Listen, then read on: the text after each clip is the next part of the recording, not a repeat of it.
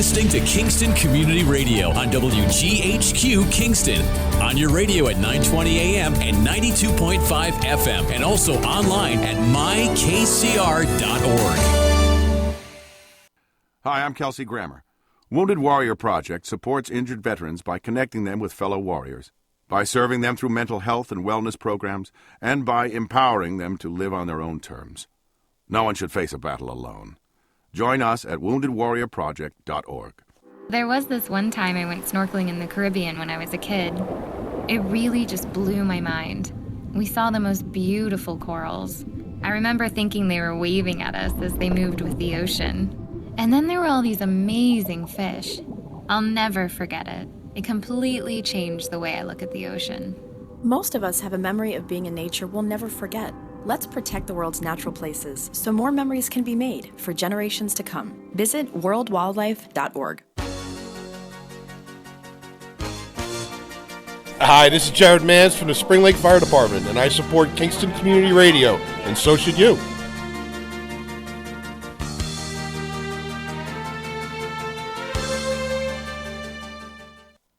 This portion of Kingston Community Radio is brought to you by Ulster Savings Bank. Visit their newest branch, conveniently located at the Ulster Commons Plaza in Lake Katrine. Experience the difference that local community banking offers with the convenience of another great location, easy access, plenty of parking, and a 24-hour ATM.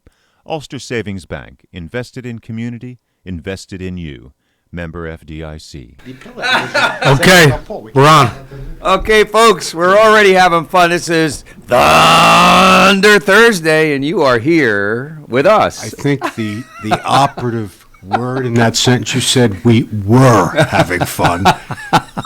God, I look forward to once a month is just not enough because right, we'll I look forward to your introduction. The thunder, rolling thunder. That's rolling what thunder. I play on my Bose speaker to go to sleep at night, Tony.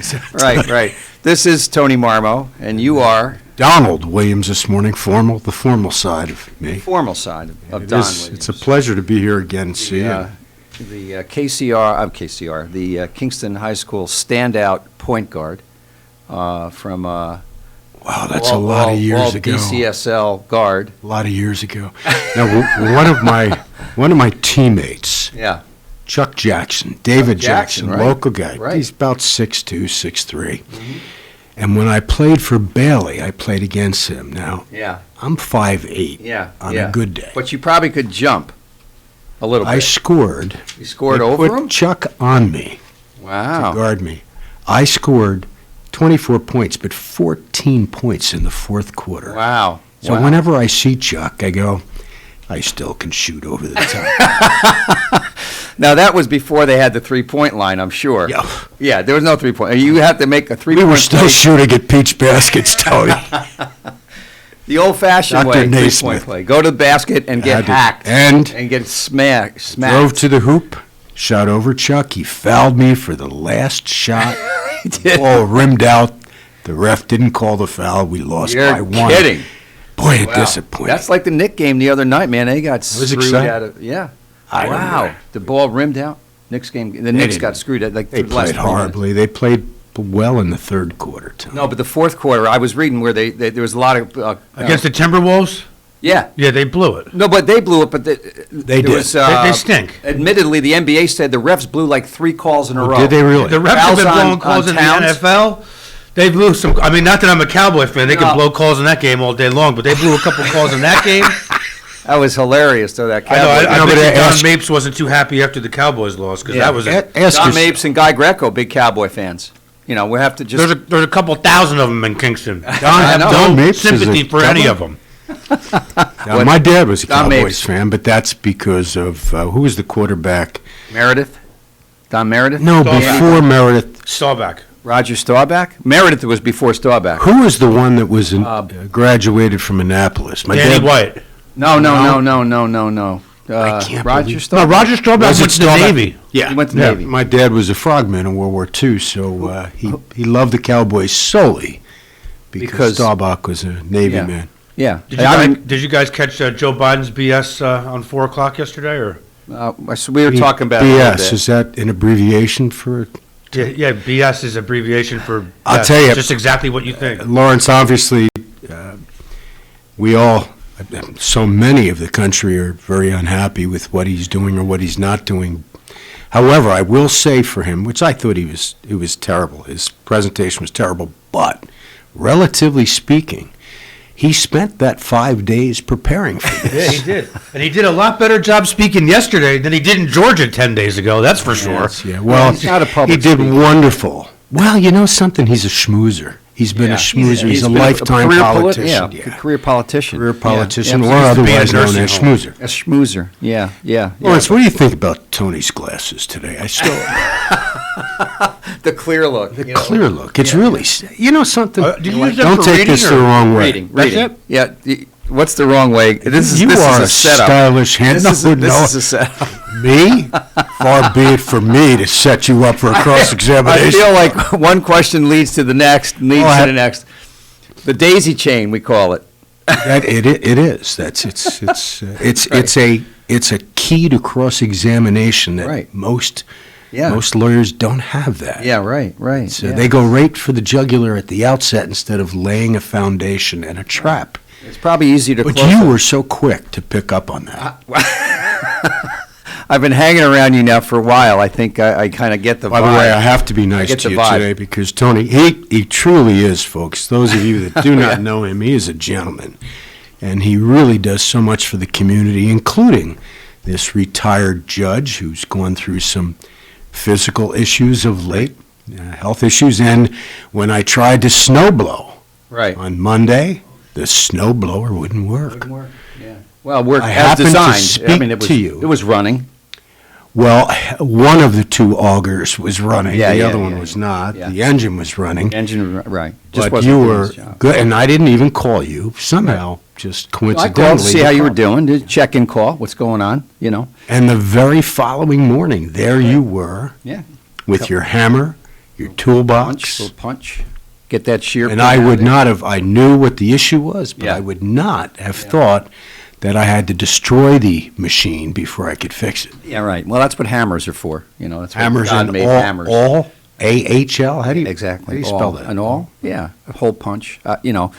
So really, the reason why I knew it is because it happened to my Husqvarna. You have an Ariens, and same thing. That one of the blades, one of the Well, the Ariens is far superior to Husqvarna. Husqvarna. It is. Yeah. It's just shorter and Is that how you pronounce that? Husqvarna? Husqvarna. I think so. Is there an yeah. A in it? Yeah, it's got to be some nice Scandinavian person that must have started the company. I think it is. Is it Swedish? It is. I think so.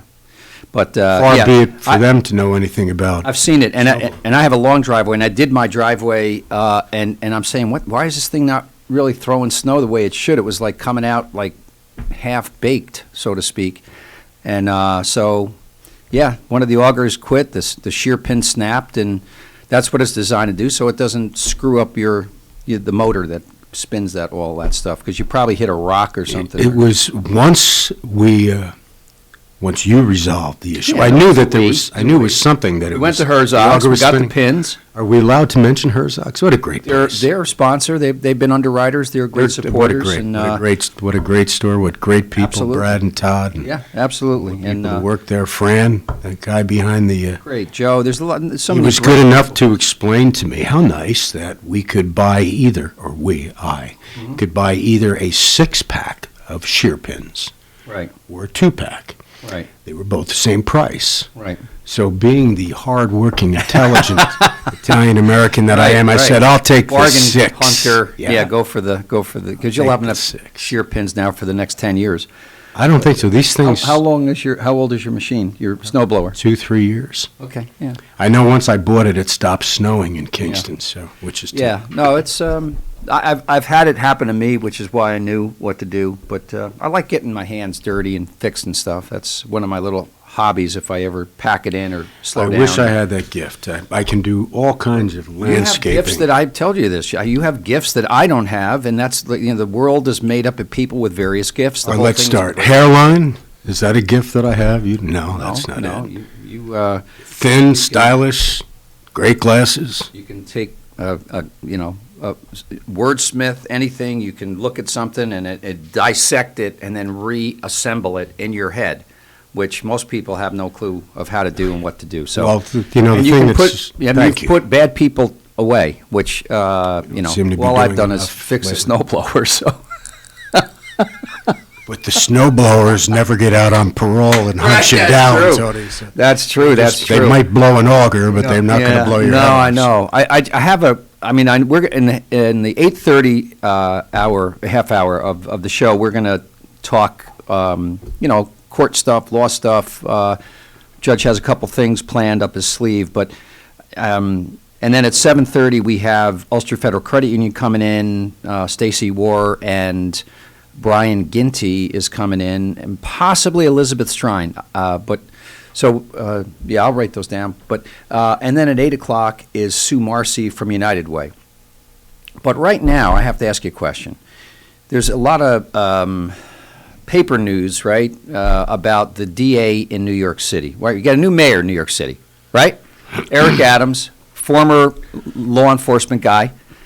And the DA, what I've read, now granted it's in the Post, so you may take it with a little grain of salt, but I just look at the pictures in the I just read the Post, Tony. I sports don't read section, the- really. The But sports section's great. and so basically, a whole bunch of DAs from that Manhattan office have left because Some this. longtime prosecutors, too. Some of them Right. have been there for like 20 years. One of them is Right. a trial attorney. Right, and so Because this they're fed fellow. up with the crime. I guess the DA judge is. Alan Bragg is his name. Thank you.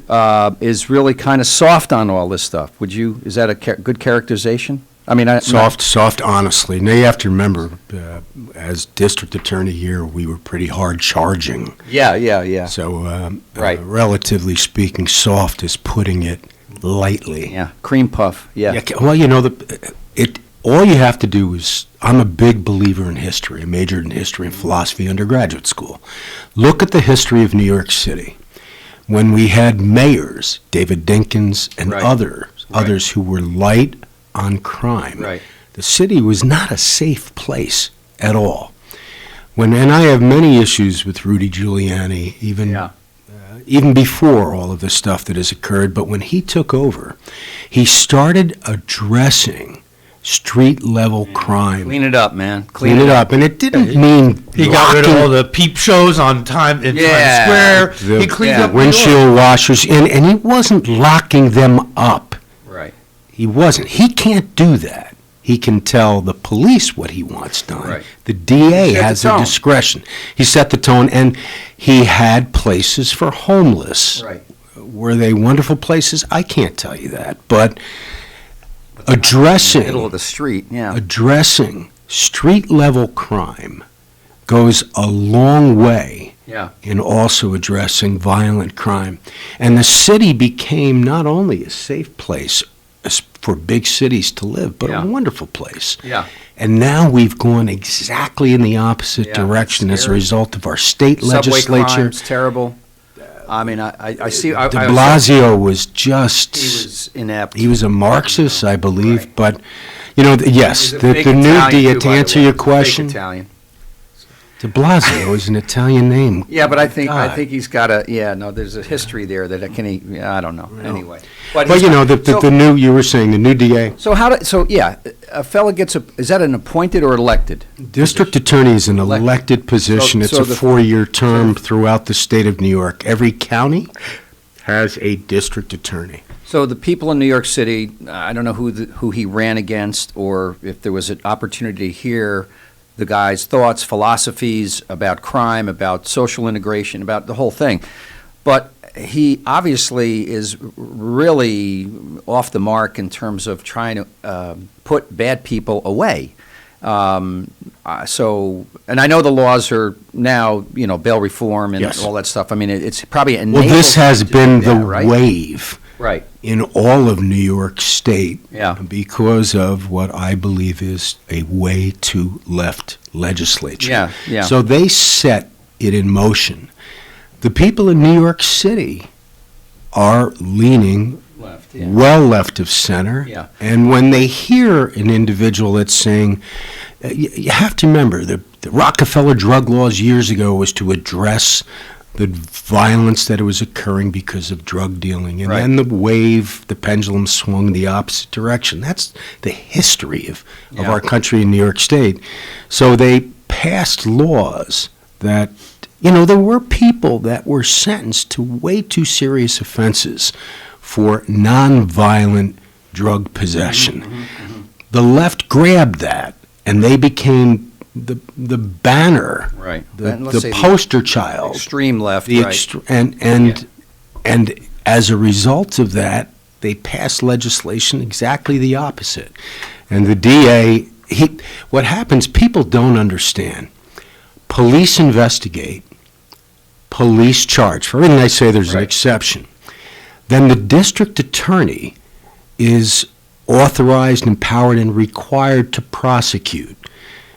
A district attorney is to do justice, not just to get notches on their gun belt to the number of convictions, but they have absolute discretion to decide whether to prosecute somebody with a charge filed by the police or how extensive and aggressive to prosecute them. This DA has indicated for a series of crimes that I believe are violent, burglaries, armed robberies, he has decided that those cases will be reduced to misdemeanors, which then... It's an open license to just wreak havoc, man. It Well, just doesn't- we're talking about the real hardened criminals with extensive records. So that one man that pushed that poor lady in front of the subway, right. if you look at his record, Yeah.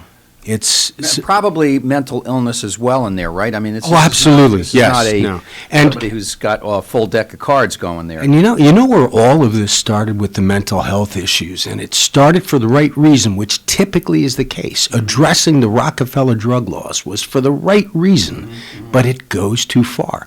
Geraldo Rivera, Yeah. years and years and years ago, I've forgotten what the institution was, Yeah. but individuals with mental health issues, significant ones and not as significant, they put them in residences that were really atrocious. Yeah. And he did investigative He made reporting, his- discovered it, made Made his bones that. Exactly. Yeah, You should yeah. got to be careful saying that. That can be deemed racist against Italians. I swear to God.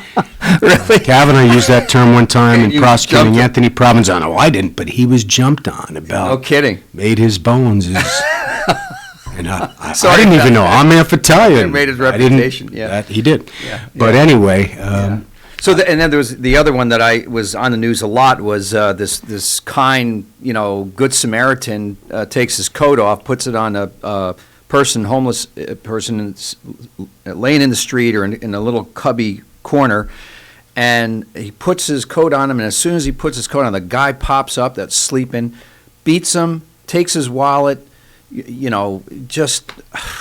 well, there are significant mental health issues with many of these people that is not the individual's fault. Right.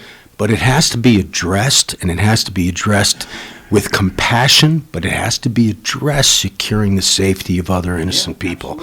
And we had a reaction as a result of Geraldo Rivera's, where those facilities were shut down, Yeah. which is, again, going way too far in the opposite direction, Well, and see- people are released. Something has got to be done. Right. But if the DA in New York City, he has the absolute full discretion to decline prosecutions. So if And you're the the message mayor, is sent. if you're the mayor, you're Mayor Adams, right? You're brand new. You have a law enforcement background.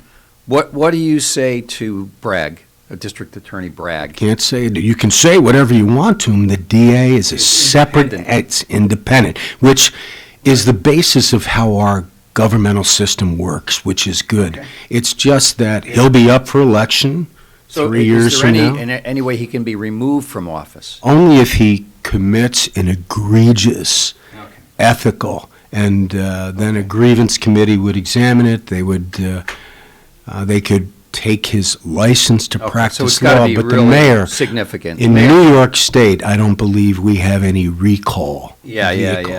Like they do in California and other jurisdictions. Yeah, But because- the other thing is the DA, you're supposed to be apolitical, which Right. basically means politics are not to enter into your decision-making process. I'm going to tell you, Tony, I believed in that wholly. It was so difficult to do as district attorney, and I did it. It's one of the main reasons I didn't run for a third Yeah. term as DA. Yeah, no, I because know. I found that suddenly Politics was possibly entering into the You know my decision-making. solution to that, right? My solution is create a judicial party, right? It's not Republican, it's not Democrat. It's independent of politics. You're running on your own philosophy, and you're not Republican, you're not Democrat. We don't need Well, the politics problem What's with that is the problem with trying to run as an independent without the support of either of the parties. Okay, You're so, facing an again, but extreme that's- uphill battle. It's a benefit to society to have, you know. I don't enforce law. disagree. I mean, I think the government can fund it. It's just like, you know, it's not a political party per se, but it's not aligned with either of the major parties. So I don't know. If you're talking about, there are appointed positions. The appellate division, we'll talk about that He's later. still elected. It's just you know, Dave Clegg runs on his personal philosophies. Not that, you know, politics entered into anything around here, but I'm just saying. No, it does enter into it here. It does enter. Are you kidding me? Doesn't. Yeah, It's it one of the doesn't. reasons I didn't run for Yeah, my it third does. term. Call up the interview when I appeared in front of Mario and Yeah. Hugh Reynolds one morning, and Hugh asked the question. Yeah. What were the reasons? And there are many It's on reasons. YouTube. It's on YouTube. We can go back and, And check it out. It was fun KCR, Kingston putting Community Mario Radio. on the spot. It was Right, enjoyable. right. So the let's- politics are, they're there. They're there, unfortunately. I know I won't be traveling to the Big Apple anytime soon. I haven't been there in a couple of years anyway. On top of the pandemic, this stuff is making it really unattractive. Well, the pandemic was that one of the means reasons money. I That means wanted money. to travel to New York City, so Yeah. you would avoid the crowds. But Yeah. but They're the coming problem up- is, honestly, and maybe it's just because I'm a small town boy, but it's a little frightening. But you down play in the city big. now. Just ask Chuck Jackson. Right over the top of a 6'2" So, Lawrence, guy. we're doing good on Happy Christmas Fund. I know Christmas like almost a It's month. over, it's done with, all the Yeah. money's collected, we're good. Good. Not all of it's collected. Yeah, but you enough know, of it. We I'm not did gonna really go chasing well, and- people around in February, so. We thank our sponsors. I think we have a new sponsor coming up, underwriter. Woodland Pond is going to be a Woodland Ponds. What a great wonderful place. Great place. Michelle Gramaglia is the, I guess, president CEO. I'm not sure what Will she be coming on? administrator. She and I are going to do a show on the 31st on a Monday to fill in for Dr. Ed Alio. And then she's going to be on as a regular guest. That's great. Let me know when she's Yeah. going to be on, because Yeah. I'd like to Yeah, listen absolutely. to it. Yeah, it's great. Well, she'll be on once a month, just rotate her, have him, have We him once can- on with Val, once on with Don. Yeah, we can mix it up, absolutely. So, so that's great, and I go know on. Tom Jacoby, Al DeForest, Dave Lundquist, all those folks were deeply involved. It is Woodland Ponds, correct? It's a retirement? Once upon Woodland a time, Pond. there might have been a CEO. More than one pond? There might have been a CEO of Kingston Hospital that started that idea. Was that I'm you? not sure who that would be. Was though. that you, Tony? No, yeah. So that started back in Well, probably that's 2000. fantastic. What a back in guy. 2000 it started. I know, A continuum of care. It was called, aging in place, so to speak. You moved to Woodland Pond, and the board was very supportive, I have to say, and Alan and Tom and all those folks Yeah. at the time. But that came out of the state had changed the rules and regulations about long-term care beds that used to be only in one, for one specific reason, like skilled nursing facility, you need help with 3 or 4 activities of daily living. That's why you get into a skilled nursing facility as opposed to an assisted living, where it's lesser. And you have both. They have both at Woodland Pond. And it's you can beautiful. move in with no health care problems. Right. It's a couple or, so it was beautiful. It's not inexpensive. We went to New Hampshire, we went to Long Island, we looked at 3 or 4 of them, we selected a company. It was a really great project. It took 7 years to get built, typical for economic development in this county, unfortunately. And so by the time I had left, it had started concept in 2003, but then I think it got approved maybe in '06 or '07. We'll have to ask Michelle. But then the recession hit, and the whole idea of it was to sell your house, right? You're seniors and you want to sell your house. You move into this either cottages or congregate living. There's an entry fee. It's a good chunk of change, but it entitled you to health care. That's what it did. It was basically an insurance policy. It wasn't a real estate deal. It was an insurance policy. If you became sick, you got admitted into the nursing home, and it didn't cost you any more than your monthly fee. So it really was an asset protection opportunity. Didn't you also have to sign over the home that you had earlier? Wasn't there? No, you sell your house, and there's a significant entry fee. Yes. Back then, it was a couple $100,000. But the idea is, and that is refundable. A portion of that could be. There's options to get some of that money back to your heirs. Mm-hmm. There's financial options, but the point was, now in a nursing home today, after Medicare is used up, you only get 90 days of Medicare in 90 days. 90. You have to pay out of pocket, and those numbers are now, it could be $14,000, $15,000 a month for a nursing home. So unless you're very wealthy, you ain't affording that. Right. So it's a mess. So that was designed as a way to mitigate, getting health care without draining your funds for your heirs. It was a great idea. The board ran with it. By the time I had gone, it was en route but not delivered. So it's and if you have funds, either in savings or other assets, even that 90 days of Medicare has to be refunded, does it not? No. There's a deductible that you have to pay per day, but not. There's no. Okay. No. Once Medicare pays. God bless the United States government on that one. The Medicare program is one of the best programs that ever came out during the Johnson administration, mid-60s. Was it Johnson?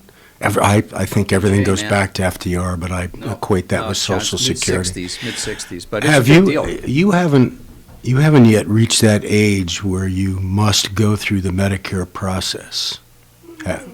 I have. I'm 67. And I have to tell you, Counselor. You're how old? It's those glasses make you look so much younger. No, I've been collecting Medicare now, or doing. Really? I'm in the Medicare system for 2 years now. And how? No, you spent your entire career basically in health. Yes, health care. Health care. I wouldn't say in health. I could preside over a murder trial easier than I can negotiate and navigate the Medicare process sometimes. It's just... By the way, there's folks out there that help you do that. My good friend and Highland Rotarian, Peter Ryan, is a guy, we've had him on the show here. He was excellent. He was superb. Yeah, and he's a guy that can dumb it down, so to speak, or basically understand. You mean in speaking to me? I'm giving you all these accolades today. Plain talk. How about that? Or Medicare for Dummies. That's another real complimentary term. Yeah. Pejorative. Listen to you. Did you pull out the thesaurus this morning? Look. Oh, my God. Lawrence, did you hear what Tony just said? It is a word with more than 3 syllables. 3 letters. 3 syllables. Oh, yeah, 3 syllables, too. Pejorative. Pejorative. I had to go over the math in my head to make sure I didn't just do a faux pas. Right. Yeah, no, so who's our 7:30 guest? 7:30 guest in the studio will be Brian Ginty and I believe Elizabeth Strine. Okay. It's possible from Ulster Federal Credit Union. I believe Brian is on the board and Elizabeth works there. And and then I'm not sure Stacey is calling in or not. She said she was going to call in. She was under the weather, which there could be 6,000 or 7,000. Sue? Not Sue. Sue Marcy's on at 8. Oh, okay. United Way. And then Stacey's on at 8:30. Stacey is from Ulster Federal Credit Union. With Brian. Gotcha. Yeah.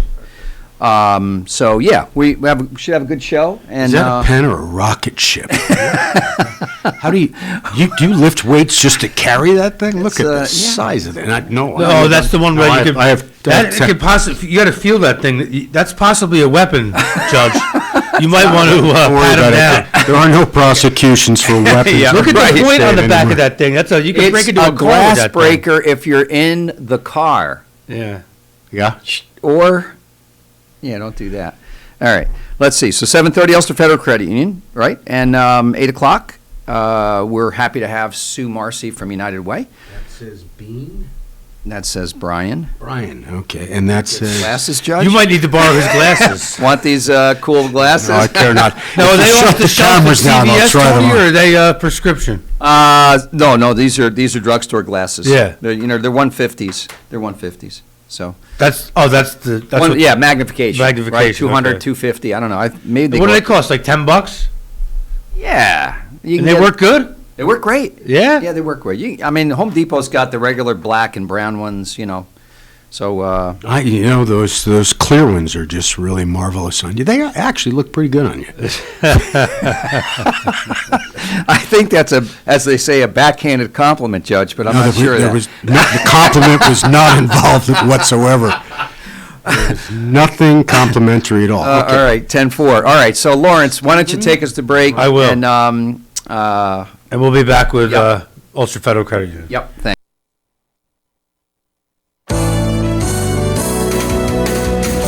Listening to Kingston Community Radio on WGHQ Kingston. On your radio at 920 AM and 92.5 FM, and also online at mykcr.org. Long ago, you wouldn't think of galloping on a horse while doing calligraphy, and you wouldn't have attempted to ride your bike while typing a letter. Yet you think you can safely operate a multi-ton vehicle while texting? Behind the wheel is no place to multitask. If you want to BRB, drive now and text later. Lives depend on it. Visit StopTextStopWrecks.org, a message brought to you by the National Highway Traffic Safety Administration, Project Yellow Light, Noise, and the Ad Council. Hi, I'm Steve Thomas for Habitat for Humanity Restore. Habitat Restores are nonprofit home improvement stores and donation centers that sell new and gently used furniture, building materials, and appliances to the public at a fraction of the retail cost. The Ulster County Restore at 406 Route 28 in Kingston needs your donations. Call our hotline at 845-853-7499 to schedule your free pickup. And thanks. January is National Blood Donor Month, and Dunkin' Donuts and the American Red Cross are teaming up to honor blood donors who make a difference. This is Donna Morrissey of the Red Cross. All those who come in to give blood in the month of January at a Red Cross blood drive will receive a $5 Dunkin' Donuts gift card. It's one way we can say thank you for being a hero to patients in need. Your help is needed now. Please call 1-800-RED-CROSS, visit redcrossblood.org, or download the Blood Donor app to find a blood drive near you. Thank you for making a difference. At St. Jude Children's Research Hospital, we're fighting against childhood cancer every day. At the heart of this battle are our donors. Most of us want to make some type of difference in the lives of others. St. Jude does miraculous work. The fact that no one has to pay, it's a place where everyone is treated as an equal. Everybody is welcome here, and it doesn't matter your religion or what part of the world you're from, all that is taken away. It just gives you some hope. It's just a nice feeling to put your energy into something that really does genuinely make a difference in a child's life. There's just no greater gift. If we have the ability to help, then we have a responsibility to help. Finding cures, saving children. St. Jude Children's Research Hospital. Find out how you can help at stjude.org. Have you ever experienced a wish come true? For a child battling a critical illness, a wish come true can be a turning point. One song, one dance, one game, one adventure, one moment changes everything. Make-A-Wish needs your support to grant the wish of every eligible child. Visit wish.org now to help grant more life-changing wishes. Together, we can transform lives, one wish at a time.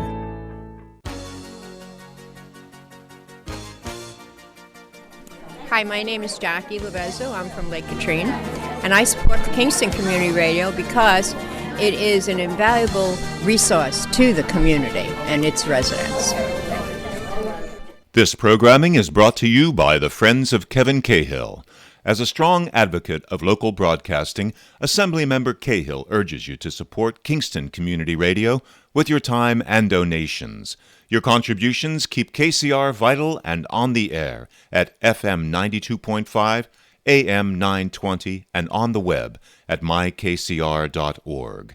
Please join Assemblymember Cahill and send your gifts of $10, $25, or more to Kingston Community Radio, Post Office Box 4364, Kingston, New York 12402.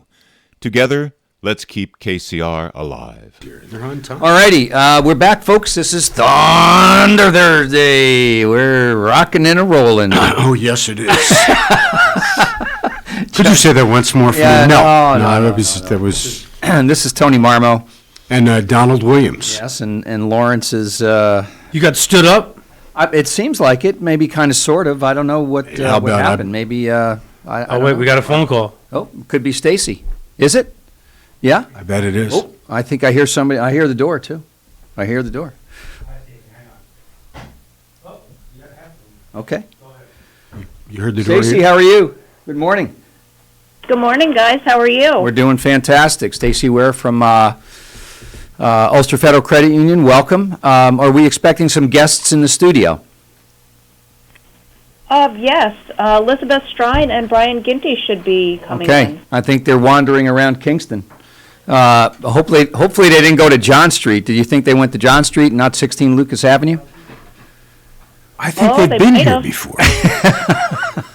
I thought they'd been here. All right. Well, maybe they stopped for some breakfast at Dysing's. I don't know. We can go on the road. I did not know you moved. Yeah. I gotta go move my car. Okay. So All right. down. So, once upon a time, this station did remotes. I remember going to Dysing's. We still do remotes. We do. That's correct. But we do? Well, we have. You do? Well, we could. We can do that. Well, we go to our friends at. Where are our friends? Boyce's. At Boyce's. I was going to say Babcock's. Boyce's Dairy. Me. Boyce's Dairy for the Happy Christmas Fund. So, Stacey, how are you doing? What's going on? Happy New Year and Healthy New Year, and all is well? Yeah, Happy New Year. Yeah. So everything's going pretty well so far. I've been fighting a cold on and off since just after Christmas, though, so that's Right. kind of... You and 7,000 other people in Ulster County. Have you tested, Stacey, or are you waiting for the federal test to come out sometime in 2023? So no, I did go get a test probably 2 weeks ago when I first started getting sick, and it was negative. Oh, great. Do you have any? A sinusy thing, and it came back again. Yeah, well, it's that time of the year. Plus, the temperatures are variable, fluctuating right? Yeah. so much. That's really hard to try to navigate that. So A friend of mine has sinus infection, which obviously mimics COVID symptoms, and I think tested like 6 times. And I said, okay, I think that's probably enough, right? I mean, but that 7th time could be the time. Could be the charm. But then if you test, and it comes back positive, you're gonna can't quarantine. do anything. You're gonna hang out and be live in a cave. And for a while. what is Governor Hochul? What is she saying now? How long do you have to quarantine? I think it's 5 if your symptoms are declining. I think that's what it is these days. It's changing. And that's much better because it was 10 or 10 days. Yeah. I mean, that's how could the credit union, for example, operate if you've got people shutting down for 10 days? They can't come to work. I can't Stacey, imagine you can small answer that. businesses. Yeah, it's not too bad, actually. We share staff between branches when we can. And there was a point when you couldn't do that. You had to we kept the branches separate at the beginning of the pandemic. Correct. And then we went half staff. So half of our staff was working home for a part of the week, and then the second half of the week you'd come in. And then that way we were trying to keep people healthy. And at that point you can only run the drive-through really because you don't have enough staff for people to die. Correct. Must be long lines, Stacey. I imagine everybody going to the drive. I think we lost Stacey. Stacey, you still there? Yeah, I'm still here. Can you hear me? Okay. Yep. Yes. Yep. Yeah, I mean, look, businesses have had to adjust, and still to this day, I mean, we're seeing the remnants, not remnants, but the actuality of declines in service because businesses don't have enough staff, right? I see Boydston's restaurants just shut closed, down, and right?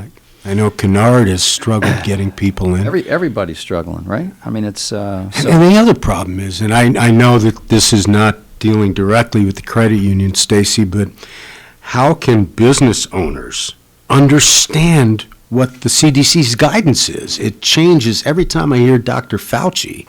There's a change in what we have to do. I can't keep track of it, so. Well, and that's part of what I do here is try to keep staff updated and keep members updated on the website and things like that. What's your position there, Stace? I think that's a big reason why there's so many people who just aren't buying into any of this because they say everything changes so often. Mm-hmm. But I think they don't realize is things change often because nobody really knows what's happening. This is a new thing. Right. And as they learn new things and things change, they have to update you. Well, the problem, Stacey, is at least for the general public, and I'll include myself in that, when you listen to the president, when you listen to the CDC people, had they, from the very beginning, set the tone to say, look, we're going to do our best here, but this is constantly evolving, constantly changing. Or devolving. Or devolving. Instead, they've come out with such certainty about you must do this, this is mandated, that's Triple mandated, mask. and I am the science. Yeah. When I say something, it should be worshipped.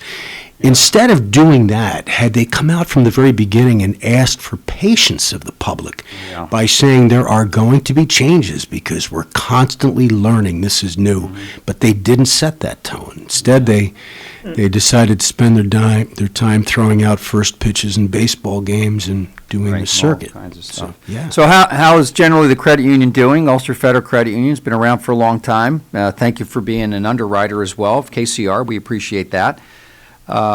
What's any news that you want to share? Interest rates looking like they're going to be okay, or going to go up a pinch?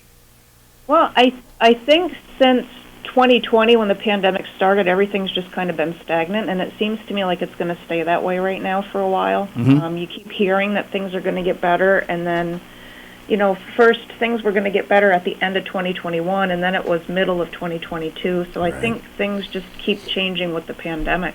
Yeah. Has inflation, how has the inflation, which is outrageous, how has that impacted your business, Stacey? I don't think it has very much. The only thing that I can say that I notice, and I'm not as much involved in the asset and the liability and the budgeting part of the credit union. I'm starting to get involved in that, but what I can see is that people don't seem to be very confident in the economy, and we have a lot of people who have very high savings balances right now. People are not taking their money out. Right. My savings is going up dramatically, and I just have a fear. I have a fear of leaving it all to my kids, who I don't see. But Stacey, when you could always buy a new snowblower. Yeah, that's an inside joke, inside story, Stacey. We won't bore you with it. Thank you, Tony. I just bought a new snowblower, and it stopped snowing, for God's sake. Stacey, when the feds, and obviously the feds are going to increase whatever the interest rates, whatever they do, when that happens, if, for example, they raise the interest rates by 0.5 point, how does that impact what you have to do with the credit union? How does that, what kind of an increase does it occur for your ability to give out loans or mortgages? Multiplier. How does it multiply? Thank you, Tony. So mortgages, we actually have a vendor who does our mortgages for us just because we don't have a big enough staff to do that internally. But those change kind of like the news on the pandemic from minute to minute. You never know what the mortgage rates are going to do. But if rates go up, then likely our savings rates will go up. Savings rates all. Typically, when that happens, loan rates go down, but everything's just been so upside down. Loan rates are fairly low right now. Savings rates are low, so I don't know what it's going to take for things to kind of get back on track. So if the Feds, I probably misunderstood that. If the Feds increase, like a 0.25% or 0.5%, quarter or 0.5%, loan interest rates go down? That would be the opposite, wouldn't it? Well, you're talking about mortgage rates, right? Mortgage or as opposed to or personal loans, lending. Yeah, Stacey, you're the finance person here. I could see where savings would go up also, but I would tend to think that interest rates would. You mean go for personal loans? Is that personal loans or mortgages? Yeah. Stace? Yeah, and typically they would go down, but everything is so low right now. I don't know how much lower they could go either. Would be negative interest rates. I mean, someone was talking about that. What are they at now? It's like 3%, 2.5% for 25 years. A 30-year mortgage, like around 4, Stacey, 4 1/4 in that neck of the woods. Yeah, that sounds about right. Wow. Okay. Yeah. That's higher than what I thought it was. By the way, I mean, I've in previous iterations of our recessions here, right, in this country, I've gotten a mortgage rate of 3.75 on the property I own. I had my mortgages paid off now. I paid it off as quickly as I could once I got a higher salary. Yeah. But yeah, I think mine was like 3 1/4. Yeah, so it's been like this years. for a long time. It has. I think. Well, I mean, wasn't there a time that it was like 12 or 15 per? Yeah. Back in the mid 80s. I know. I was trying murder cases as an assistant DA. I couldn't afford a house because the part of it was the rates were so Look, high. I remember, Stacey, and I'm sorry, we were giving wage increases at Kingston Hospital back in the mid-'80s. We would give 2 7% increases in 1 year. Talk about inflation. It was like 14% increase. Wow. I mean, that was back in during the Jimmy Carter years. It was probably after Reagan, maybe post Reagan or pre Bush one. Oh, really? Yeah, mid '80s. I would say that's still Reagan territory. I think. Can't remember all that. And neither could Reagan. Oh, by the way, iteration. Is that a pejorative? Two multiple syllable words. Pejorative and iteration. I'm sorry, Stacey, you didn't hear the. Stacey's making fun of me. Judge Williams is making fun. Iteration. Boy, I'll tell you what. You actually went to chapter 2 of the thesaurus this morning. Look at. I don't know. These words come to me. I was listening to you guys talk before I called in because I thought I could watch you while we talked. You but can't? Oh, yeah. Off from the phone, so that was weird. But yeah, I heard you use pejorative. That was pejorative. And he didn't. Before that, Stacey, I think we were off air. He talked about vitriolic. Those are 4-syllable words. That's an Italian word. It means vitriol. It means vitriol. Yeah. Wow. Look, I ran a hospital and I ran a few nursing homes. You gotta if you felt the have vitriol some downtime, you like read the dictionary just for No, that's not true. I don't know. I don't know. I'm impressed. A word here or there. And if you had said those words while wearing those silly-looking reading glasses, it would have been. Stacey, you can't see us now. Yeah. You need an honest opinion. Go on YouTube and take a look. But it's going to mess up your phone. They're stylish. A little stylish. They're not bad. They're like $5 drugstore glasses only. They're clear framed. So the inflation doesn't seem to be affecting the operation of the credit union at this point, Stacey? I don't think so. Wow, that's good. That's good news. Everything's kind of been status quo for us.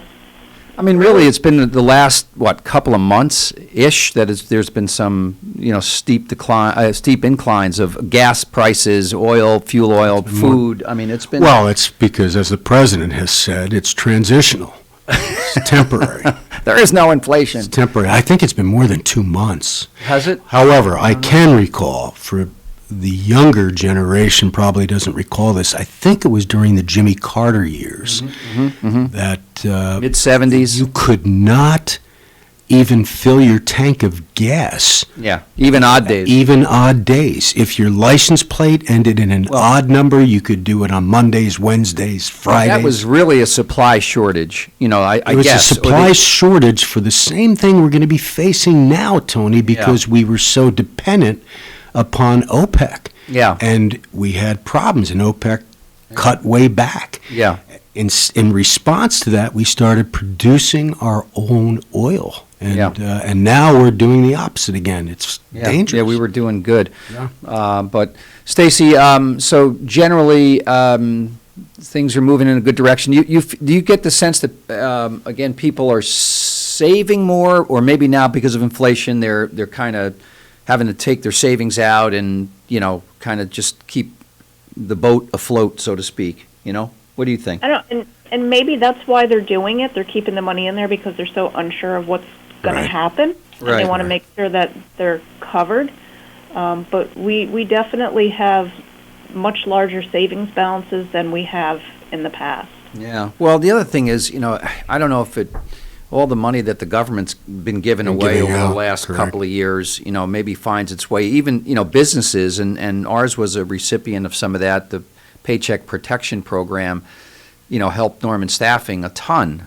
So what is the Paycheck Protection Program? Yeah, that was a PPP. a business, the PPP. Yeah, the loan that not a loan, it wound up being a grant, but it started out maybe being a loan that the government gave to try to keep people on the payroll during the pandemic when your business went into the dumpster. So you lost revenue, but you had all these folks, and why put them on unemployment insurance? You're going to have to wind up paying anyway for that. So the government, I have to speak very highly of this program, along with the economic injury disaster loan, the EIDL loans, which were the loans are different. The loans are different. The Paycheck grants. Protection was a grant ultimately, and I'm not sure it was designed at that way. Stacey, did you all do some of that stuff too, or? No, we didn't. Okay. We were just, we have such a small staff. It's Yeah, just no, I very get it. difficult for us to get involved with things like that. Right. Plus, I heard nightmares. So I'm on a listserv. So it's people who go in and they post things from other credit unions. Right. And other credit unions that did those loans said that they were calling and trying to get people to assist them, and it took months for some of those applications to go through the beginning. Well, there are millions of businesses and folks that decided, small mom and pop businesses up to, I think the Los Angeles Lakers got like $10 million in the first tranche. How about tranche? I don't even understand what tranche is. Isn't that something you can take antibiotics for? I think so. Tranche mouth? Yeah. Tranche. A tranche of money. Yeah, the first one, they were giving money to just about anybody who applied, and some of these multi-billion. Well, that's the problem with, that is one of the problems with bureaucratic endeavors to address issues that are beyond their means. So the point is, you put a whole bunch of money, you flood the system with a whole bunch of money, and cut the supply down of things, and it has to be inflation. There's no other way. There's a lot of dollars chasing few supplies, and so. But apparently the demand for consumer products has not changed. Yeah. So I understand, Stacey, and it makes a great deal of sense that people are keeping more money in savings than has occurred before. But why would the demand for products increase and not change? People get bored. I don't know. Or people are tired. They're tired of tears. They're tired of all I the don't know. mandates. What do you think, Stace? Well, I think people, what did they call it? They call it COVID exhaustion or something like that. People are just tired of it, and they want it to go away. They want some kind of normalcy. And I think, you have people that have all those shopping issues where they like to go and just, that's all they do is shop. Right, So and especially maybe with... that makes them feel better to buy things. Especially with what's available online. It's amazing. I'll order something. I love supporting locally. But I'll order from Amazon, and they deliver it the day before I ordered it. It's amazing. Yeah, right. They know what you want, and they send it. It is amazing. It's a whole change of how we interact with retail, and it's just a gigantic change. So, Stacey, what could because I will continue to consider you folks as a small local business. What can the government do? And you may not believe in the government assisting, but what could the government do that would assist small businesses, either the mom and pop stores, which you are not, but small businesses? What right now do you think could occur that would assist you to get back to regular life?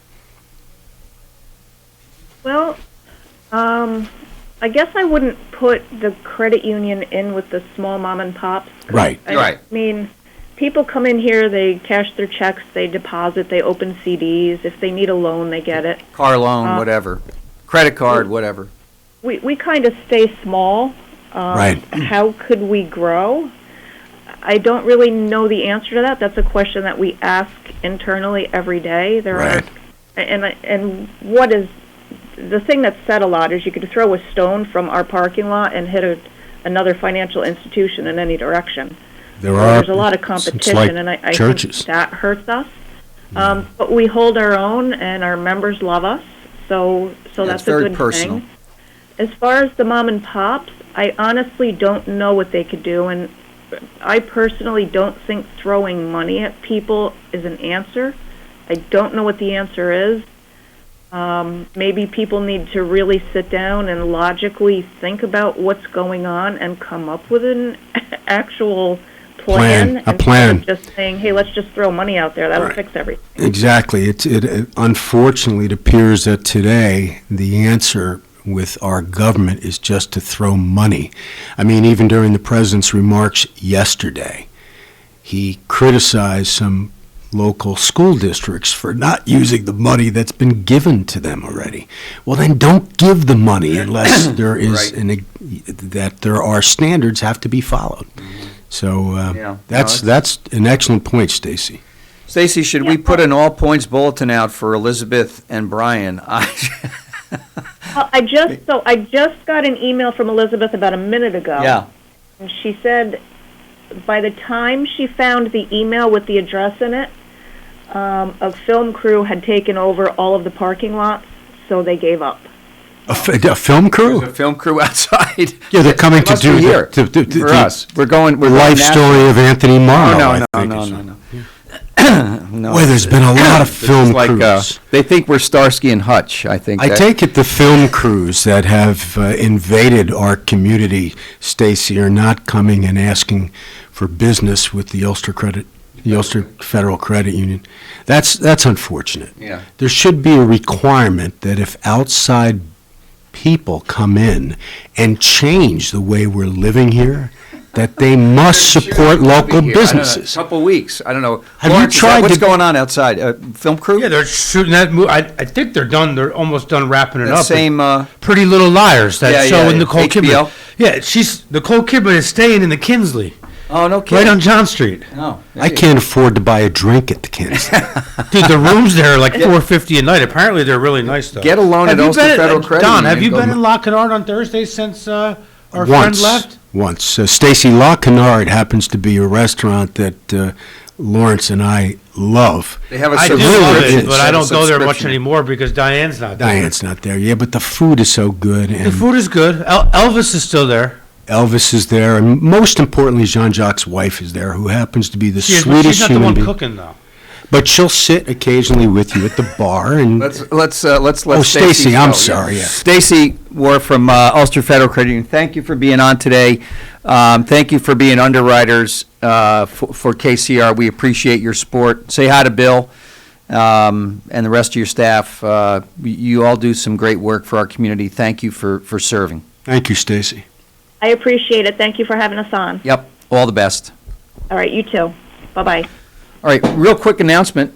Judge, don't fall backwards. I hope that wasn't my back. It just made that noise. See, you're we don't have chair insurance L5, here, so be careful. That's called lumbar 5 and 6 down by the bottom. Yeah. Okay, so if you're interested in German food, on Saturday, this Saturday, the Monencore and Damencore is having a winter Wurst Fest. Oh, cool. How clever. Damencore, yeah. Monencore, and what is If you're looking for some schnitzel. It's like, I I think it's males and females. I was just about to say something. Thank Not sure. God I still have Well, no, some you can say restraint. it. It's Just, clean out your locker. It's the equivalent to the Ulster County Italian American Foundation, only it's been around since 1868. Now, where? It's on Greenkill Ave. Oh, Yeah. I've been You've there. been with, there. I went It's the there German with spot. Bob Zentner. He took me there. What a 37 great Greenkill. place. So this Saturday, if you want to get some good German wurst, they have a takeout deal that's going on, and you can get a wurst platter for two wursts for $15, one wurst, which is worst, I don't know, for $13. Choice of bratwurst, Weisswurst, and Weisswurst. Knockwurst. Is it Weisswurst? But I think How do they you- say Weiss. Do they say Weiss? It's a W is a V, I think. You know. Weisswurst, then. Weiss. But that would be Weisswurst. Vice versa. Vice Okay, versa, this is, then, yeah. this is getting like Abbott and Costello here. So if you're interested in doing this, support Monocore, Domincore, and get some good food, you can place the orders with Marion, 546-3534. And can you have takeout, or do you eat It's it all there? takeout.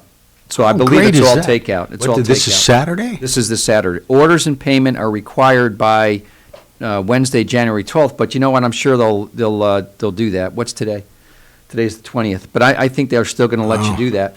Is there a website, Tony? or- No website. I think you can call 546-3534. That's 546-3534. There's an 845 area code, but it's excellent food. I think Leanne, who is primarily German, she and I have been there. Leanne, your wife, and Leanne, the missus, yeah.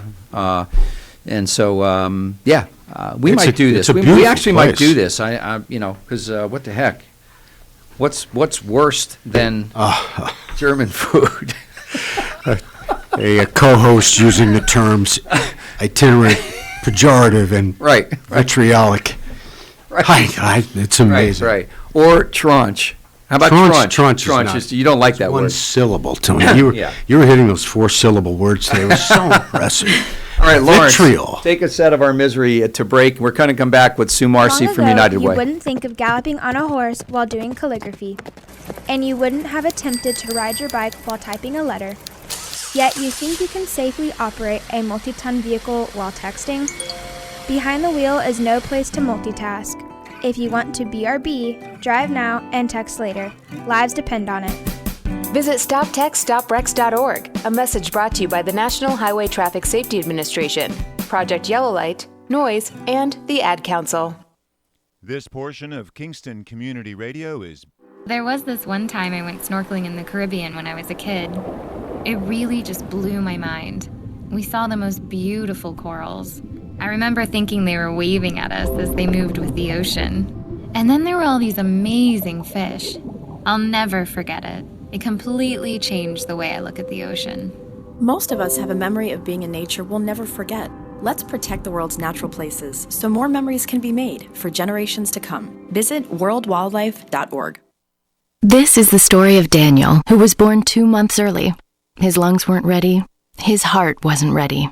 His parents could only hope that one day he would leave the hospital healthy, and they would all live happily ever after. Daniel's is just one of the more than 500,000 stories of babies born prematurely last year. You can help the March of Dimes stop premature birth and bring more babies home healthy. Learn how at marchofdimes.com. Working together for stronger, healthier babies. Everyone is talking about healthcare these days. America spends twice that of other developed countries on our healthcare system, yet our health ranks near the bottom. How can we stop spending so much and getting so little? By shifting to a system that gives more patients access to strong primary care. Primary care can help make America healthy again. To learn more about the benefits of primary care, visit www.healthisprimary.org. This message is brought to you by America's Family Physicians. Hi, this is Winnie from the Rosendale Seniors, and I support Kingston Community Radio, and so should you.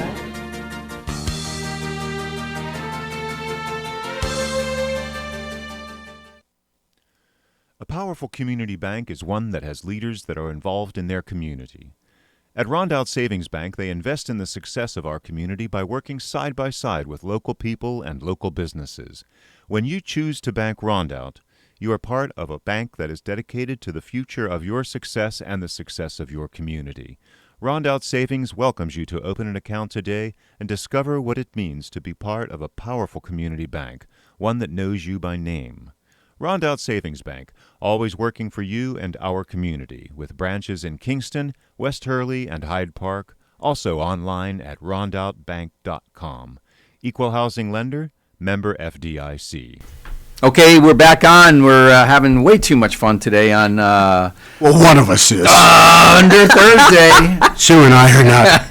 I'm still waking up, guys. Yeah, that's okay. Well, thank you, Sue, Marcy from the Highway for joining us. This is Tony Marmo. And Donald Williams. You are Donald Williams. We do have a birthday. You brought the cowbell out.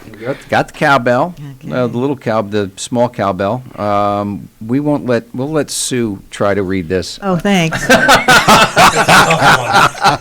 You got it, Sue. Let it rip. January 20th, 2022. Happy birthday, Penny Rothermel. Love, Cynthia, Alan, Shannon, Barbara, and your many friends. Have a wonderful day. There you Happy go. birthday. So thank you very much for reading. There's only one entrant, or you have the one second? entry. That's it. She wins. I'd say, I'm not a betting man, but I think she's got a real shot. I would say Penny is a winner, chicken dinner. Boyce Brothers, Dairy Milk House, 62 O'Neill Street. The delicious cow pie, which is a meal in of itself. I mean, if you think about it. No fat, no calories. No fat, no calories. Not if you share it with friends. Doesn't count. Penny Rothermel. Pick up your cow pie. How did I get myself into this? The question is, how do you get yourself out of it? That's the thing. Yeah? There's the question. It's like the Hotel California. Once Well, I'm you get stuck in, you never now come since out. you You're stuck. fixed my snowblower. Yeah, you're stuck. Uh-oh. Right. And if you have a leaky faucet, I'll be over, too. I'll be careful what you ask for. Welcome, Sue Marcy. Good morning. To the zaniness of Thunder Thursday. And thank you for bringing your professionalism to this little meeting. We'll try. We'll try. We can get, We'll see who's going to rub off on who this morning. I surrender. It is contagious, Sue. It is. So what's happening with Ulster County, United Way of Ulster County? Well, the exciting thing that's happening right now is we're gearing up for our free tax preparation service. Ooh, okay. We have a temporary person who's taking over the scheduling and reviewing all the intake documents. And what we offer is a service for folks whose household income is below $57,000. So it's a free service. It's volunteer driven. We have 6 volunteer tax preparers who've been with us for several years now. So we have a really strong core team. And last year, we, of course, because of COVID, had to pivot to everything. We used to do it on Saturdays in the office, and last year we had to pivot to virtual because of the pandemic, and we found it was actually easier for the preparers. They had more time, and it wasn't so much pressure having somebody watch you while you were trying to go through the documents and prepare the returns. And our clients loved it, too, because they could just drop off their documents, and then we would scan them and send them securely to our preparers remotely, and they would all return. And then what happens, they're all IRS trained. It's a program they do online, and we also have some volunteers from AARP who go over the current tax laws with us, so we're all up to date and whatnot. Not me, I don't do taxes. I just do logistics, thank goodness. So household income of 57 or individual income of 57? If you're filing jointly, it's household income, 57,000 or lower. Okay. All right. So, If you're filing singly, is it the same, or? It is, just because we just have one threshold. It's that is trying to get folks to be able to take advantage of the earned income credit and any child care tax credits. Has a child care tax credit, is it still in existence? I thought it had lapsed. No, there's still a credit. The advanced credit lapsed. Not a check. It's a credit for taxes that you are filing for. Well, you have to have an income in order to receive it. I'm not sure the exact details. As I said, I don't do the taxes myself, but there's a credit for folks that have children in the family and the head of household and what have you.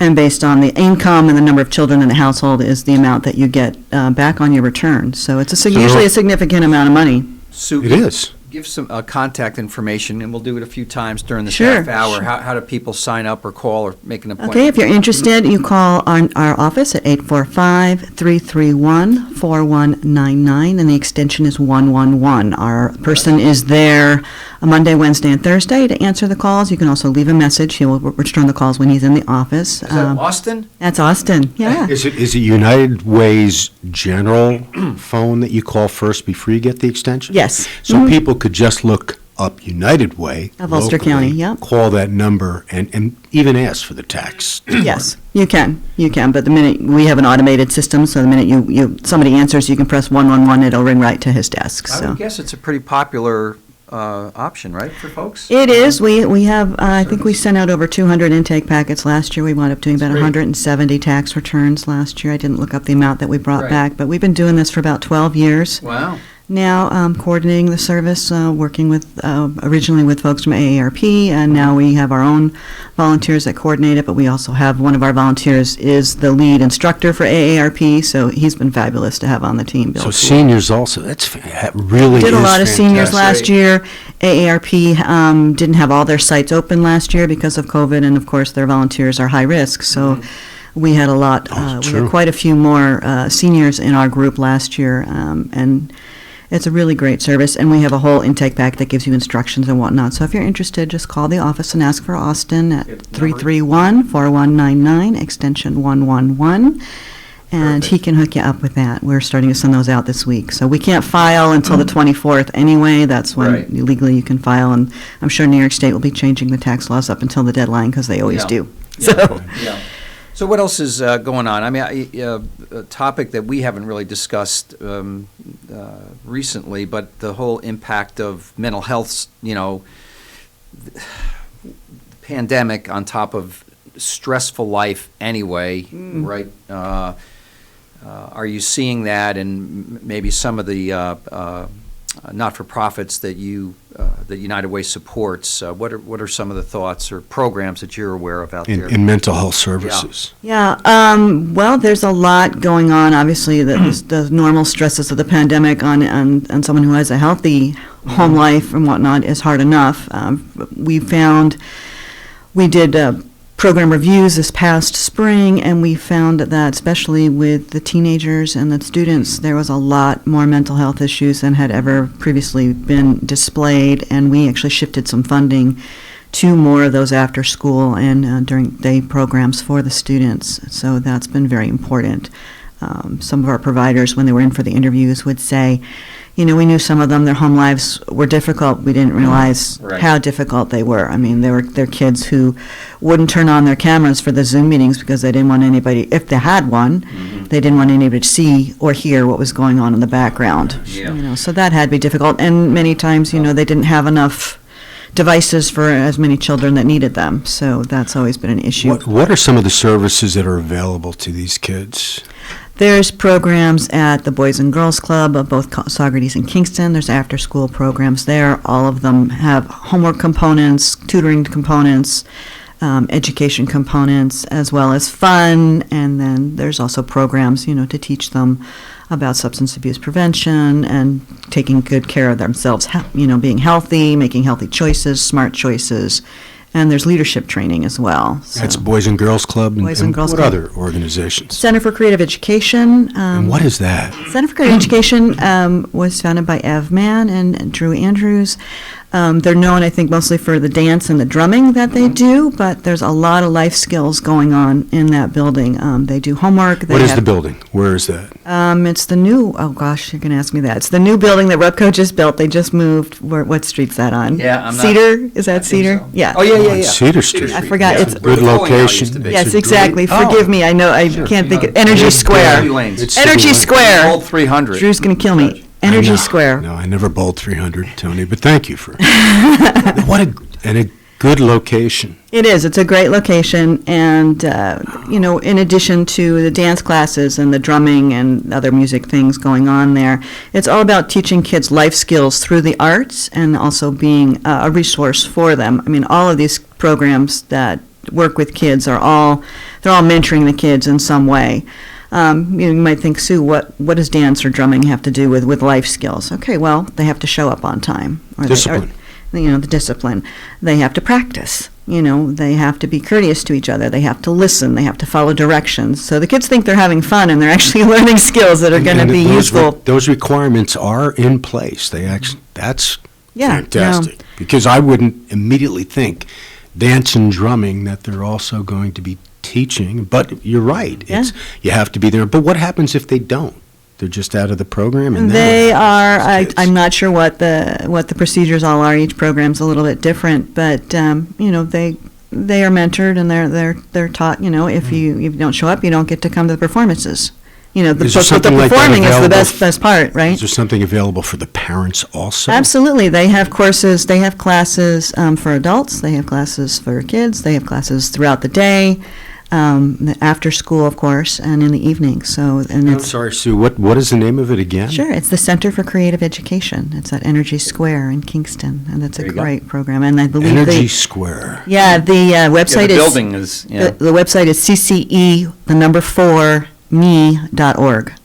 CCE4me.org. So it's a great program. I can't say enough about it. In fact, Drew's actually coming to our board meeting this afternoon to talk about it. And Drew's last name is? Andrews. Yeah, he's Andrews. amazing. And there was another person also? Ev Mann was the founder. He's retired now, so I think he works with them writing some grants and stuff, but he's doing more of a focus on his own performing arts now. We had Ashley Knox on the show, Richard Catabiani and I, and Ashley has the Go Beyond Greatness. Yes. Which she was on a panel with us. But the she and I were both honored by the YWCA the same year. Oh yeah, she's What is great. the Go Beyond Greatness Go program? Beyond Greatness is another program for students. Students are seeking college or not exactly sure what they want to do with their life moving forward. And Ashley tells a story that this was her. She was a very motivated person, but didn't have the support system to figure out college, this, that, what am I going to do with my life? And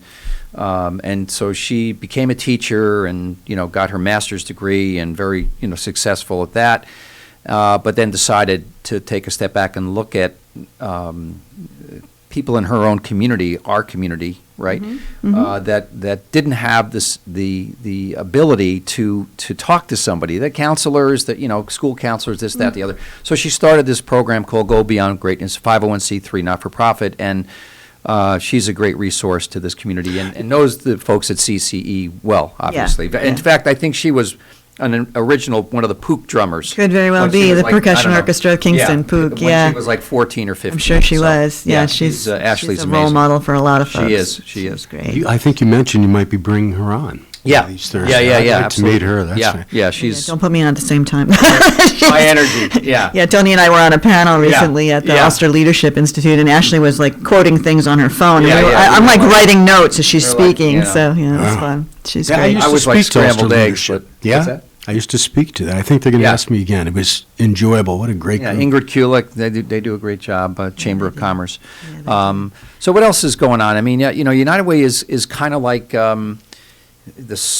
the conduit for service providers, right? We're a community convener for sure. Exactly. Yeah, I mean, you bring folks together, you bring needs and services, right? You kind of combine. We do. We fund programs that address the needs in the community, and we're small enough to be flexible that we can respond to community needs and sort of direct funds as they need to go. We're having a partnership meeting this evening with the folks at Hudson Valley Current, the alternative currency, and meeting with bringing agencies together to talk about it and how which clients might be target recipients of such things, and don't ask me about it. What's that one, Judge? The alternative currency, Current, Hudson Valley Current.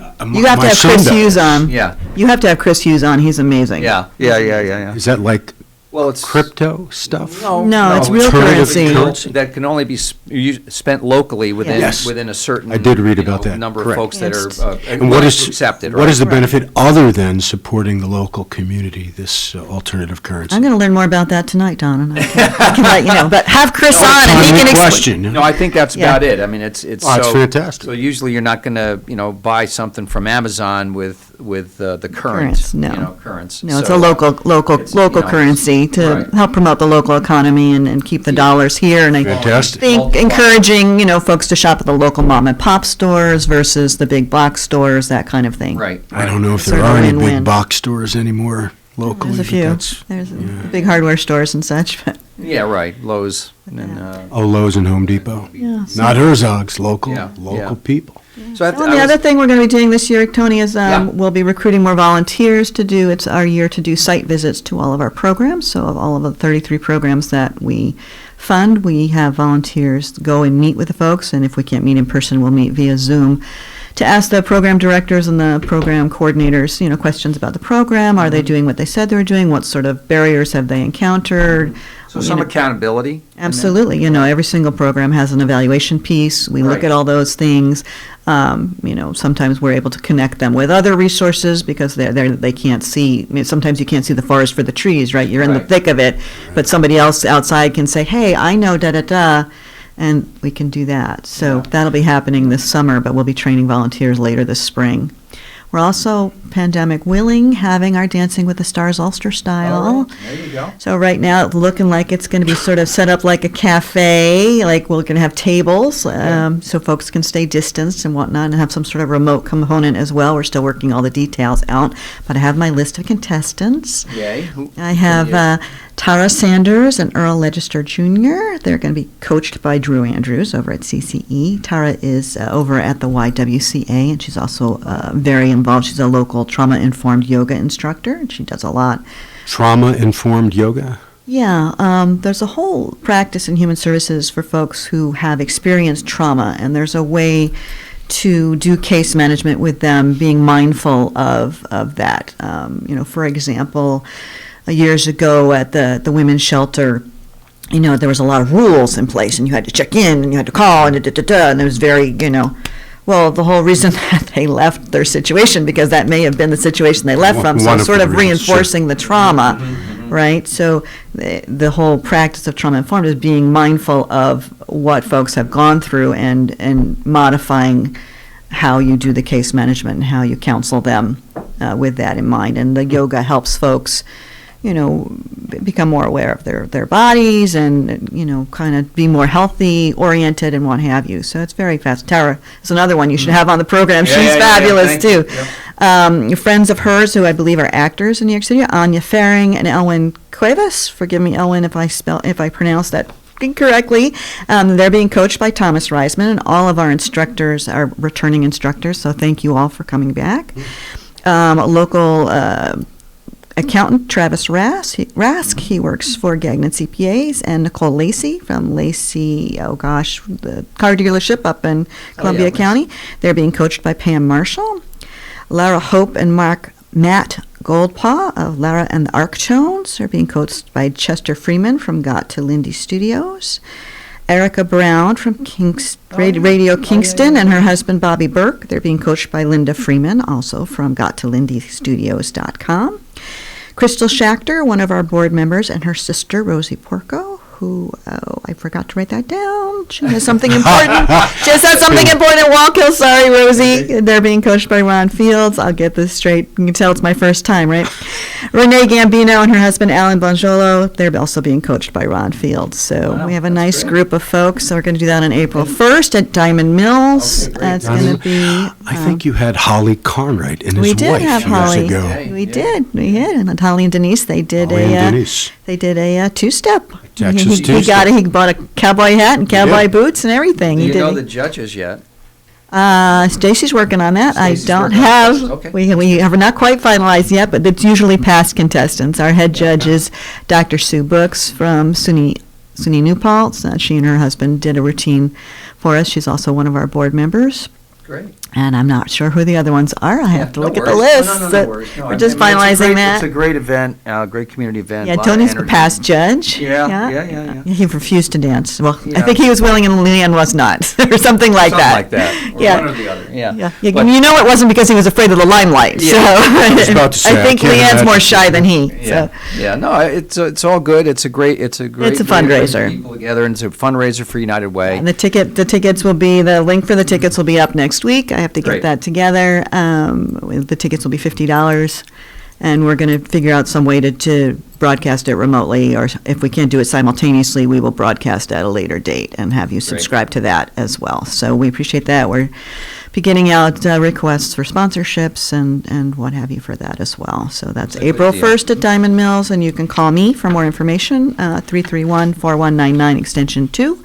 And it will be on our website next week, ulsterunitedway.org. That's great. I was just reminiscing in my brain, which is it's a really interesting thing. It would be very difficult for you to reminisce outside of your brain. What circle did you spin off of on that one, I can see the smoke coming out of his ears. The first board that I was on, or first community involvement when I came to Kingston Hospital in 1980, was United Way. Oh, wow. And that was probably about 1981. And I met Kevin Quilty there for the first time, and he and I were on the fund distribution. I can't remember exactly what they called it. Allocations, maybe. Allocations committee. And back then, United Way gave money to organizations. Right. So the Yeah, Stacey's changed that process, yeah. And to more programmatic, but it was, I'll never forget. I mean, I met some people there right at John Stokes, who used to be the Social Security administration guy locally. And so it was my first, entree into the whole Kingston community, and it was so impressionable to me, because I lived in Dutchess County, grew up in Dutchess County. Back then was commuting from Wappingers to Kingston, and so it was the first time I really got involved, and it was impressionable to me, and so I'll always remember that. In terms of my first community event, and then the rest has just been a tsunami of activity. How long You don't know how to say no. How long has United Way been in Ulster In Kingston, that's a great question. 1954 we were established. I Ulster remembered from '79 when I became an assistant DA that we were asked by the county executive, who may have been Cal Cunningham. Yeah. That's true. The administrator. Out of our checks, small portion out of our checks would go to United Way. But at that time, and apparently you just touched on this and it went right past me, at that time you could designate which organization that money would go to. You can still do that, but our product, if you will, is our general fund, because that gives us the leeway to respond to community needs and spread it between the different programs. And we will, if you do designate, we will take an administrative fee out of that because of staff time and whatnot to do that. So our general response is, if you feel really strongly about a particular agency and it's not one that's on our list that we support, by all means, donate to them directly. It's not going to hurt our feelings. If you're giving back to the community, that's a fabulous thing. But if you're unsure, or you think this particular place does something good, but you don't know other programs, call us up. Check out the website. We have a listing of all the programs that we fund and all the different agencies and links. What is the website? ulsterunitedway.org. How easy is that? Yeah. And I take it if an individual had a problem with one or more of the organizations you support, can they designate that the money not go there? I mean, there are people that feel that way. They could. That's probably better for them than just direct their funding to where they want to go. Understand. So, I mean, we haven't had that question ever in my tenure. So, really? I guess nobody has the courage to say that to you. Nobody's such a hard nose as you. Come on. It's fair. Everybody has their priorities. Strong feelings. Everybody has their priorities. The other major change I think that's happened is the number of companies that used to ask their employees to donate by payroll deduction, right? I mean, that was the biggest. We don't have as many companies. Right, exactly. We don't have as many companies. Yeah, it's. What about the counties? The counties still do that? They do, not to the same extent they once did. That's too bad. That's unfortunate. I think it's a time of transition. I think with everybody, with the pandemic and what have you. I mean, we're very grateful for all of the employee donations that we get, and those folks that donate directly as well. And I think what people don't often remember is that it does stay local. Anything you donate to the United Way of Ulster County stays in Ulster County. That's great. We only serve Ulster County.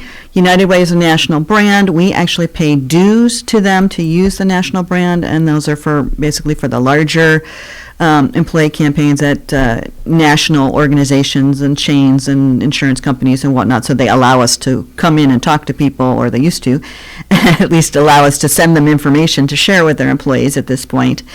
And those dues come out of corporate gifts and things like that, so they don't come out of individual donations. How unfortunate that that's not more active for the county. I remember a representative of the United Way coming to the DA's office and speaking to all, and it was very persuasive. It was good. If we get a chance to talk to folks, they understand it. You're not giving to this amorphous United Way organization. Right. You're giving to this fund that we're going to give out and give it to these particular programs. And if you want to serve on our allocations committee so you know where the money goes and how that process works, we're glad to have you. Call me, 331-4199, extension 2, and happy to train you for that. So. We're kind of running out of time, but what is Hudson Valley Region 211? Hudson Valley Region 211 is United Way's information and referral service. It covers the 7-county area. It's available 24/7.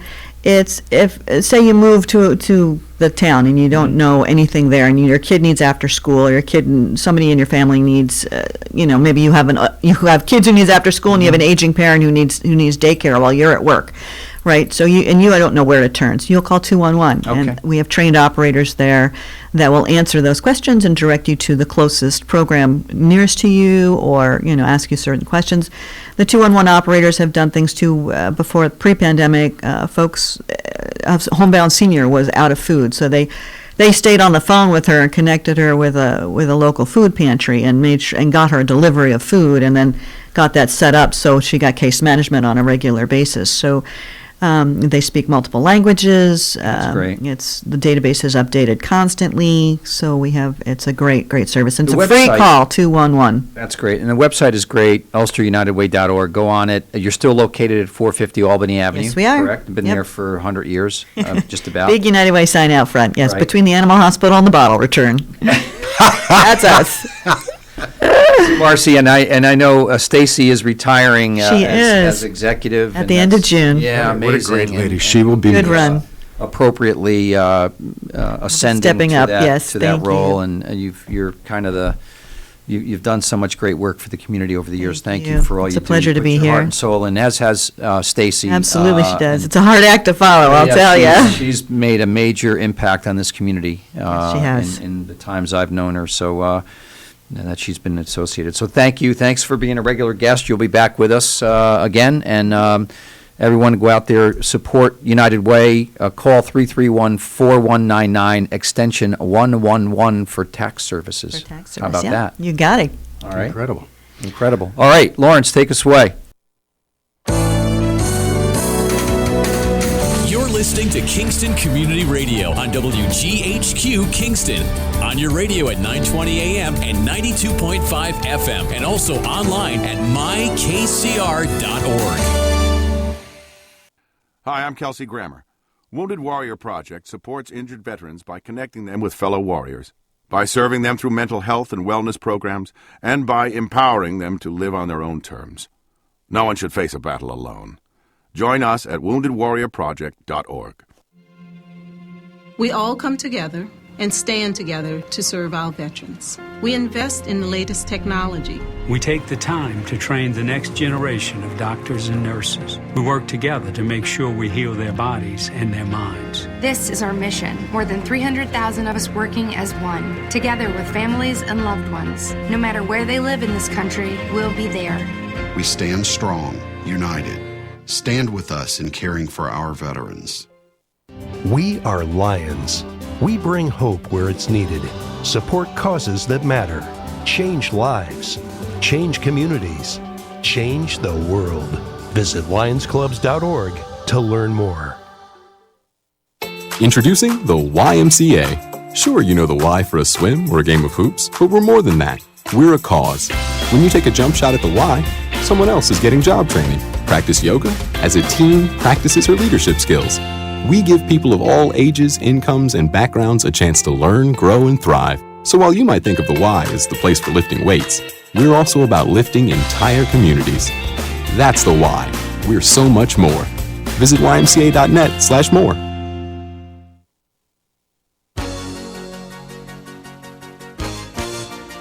Hi, this is Jared Mans from the Spring Lake Fire Department, and I support Kingston Community Radio, and so should you.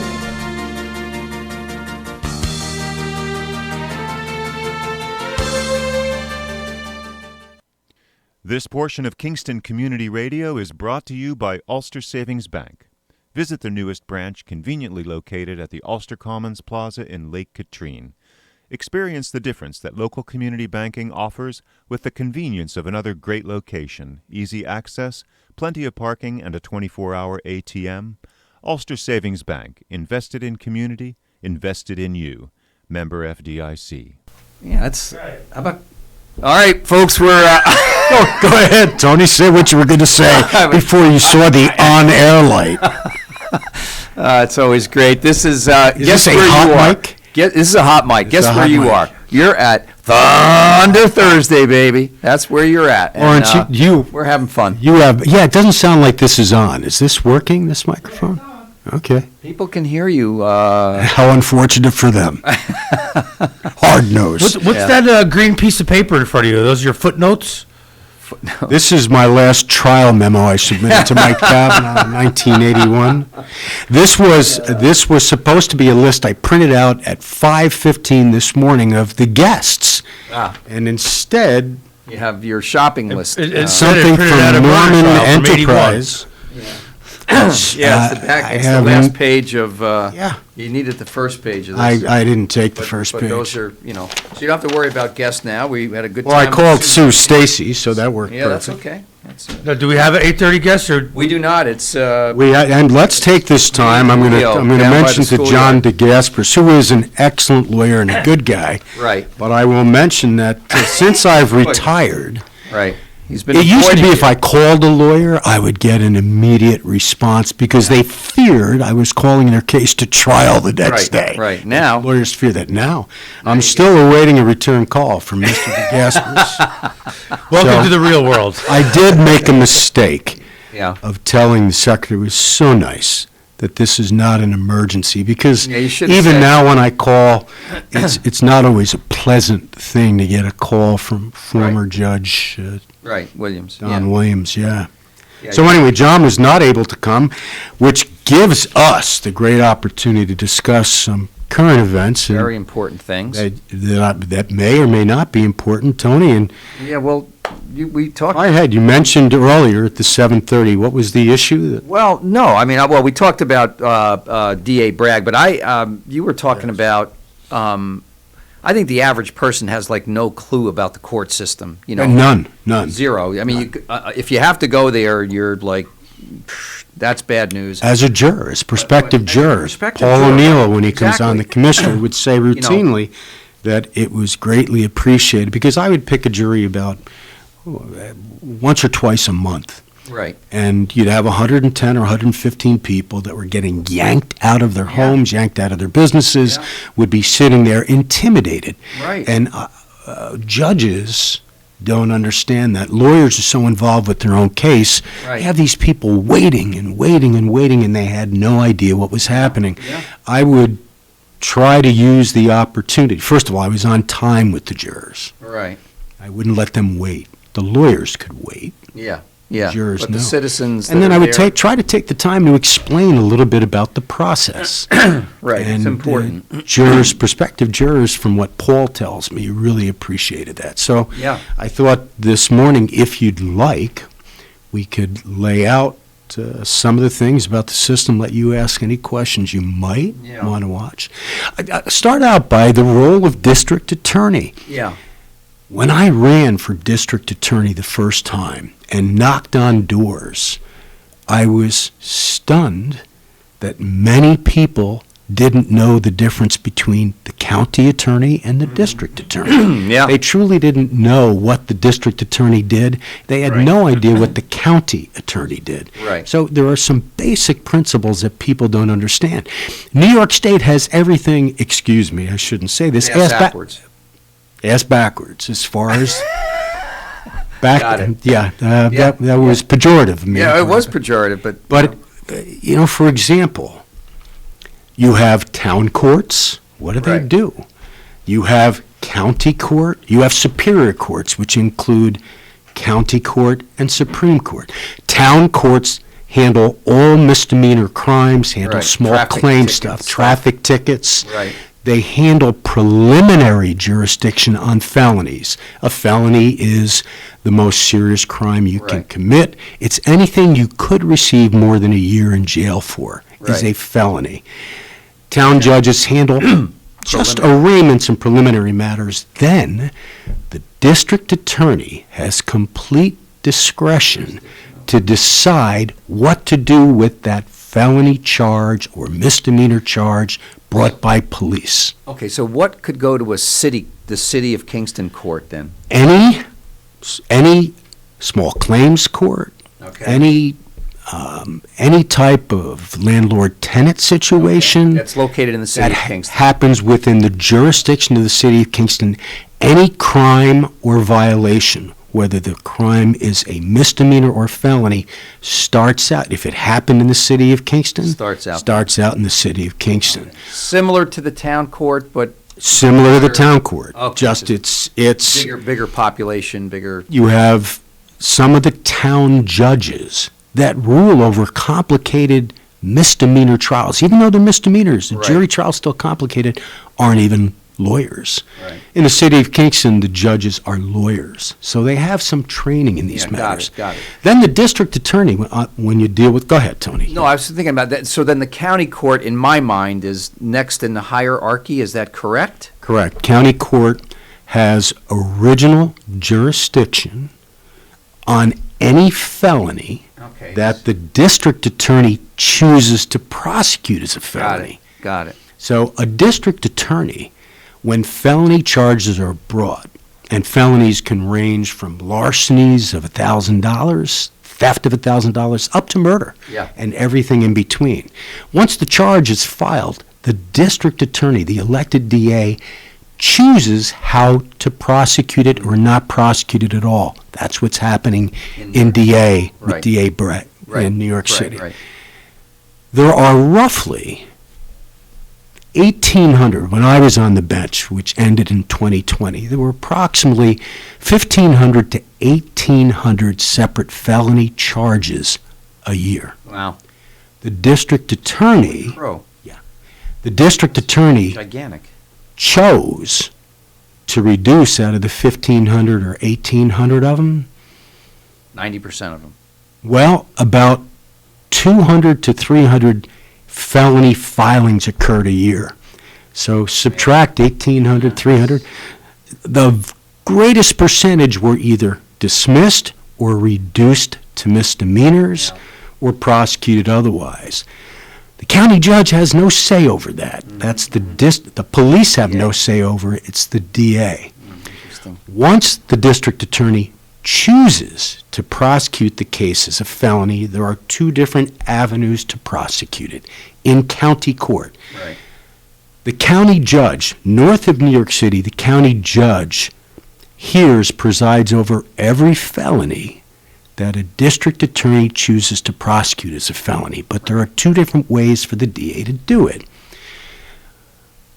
Every defendant charged with a felony has an absolute right to have the case go to a grand jury. A grand jury is comprised of 23 randomly selected people that meet in secret, and the district attorney presents the case. The public is not present. The defendant doesn't have a right to be present. His attorney is not. So no public defender, no attorney, zero. Not just present, just the DA. Wow. And the DA then presents the case, and a grand jury then decides, is there enough evidence to hold that person for further prosecution in county court? And that seems like one-sided. It is. It's very one-sided. Well, district attorneys take an oath to present cases fairly in the grand jury, but there is no one there to watch it. There's no judge there. It's just the DA, and the DA acts as both the prosecutor and also the legal advisor, the judge to the jury. The DA, it's incredible power. That's why some people criticize the grand jury immensely. Now, the other thing that most people don't know, And this is what used to drive me crazy when I was judge. Remember, the defendant has a right, that doesn't drive me crazy, to have the case go to a grand jury. The defendant can give that right up. So the defendant... Why would they do that? To get a better deal from the DA and circumvent the judge. Oh, gotcha. Wow. Okay. If it goes to the grand jury decides what the charge is. It's an indictment now.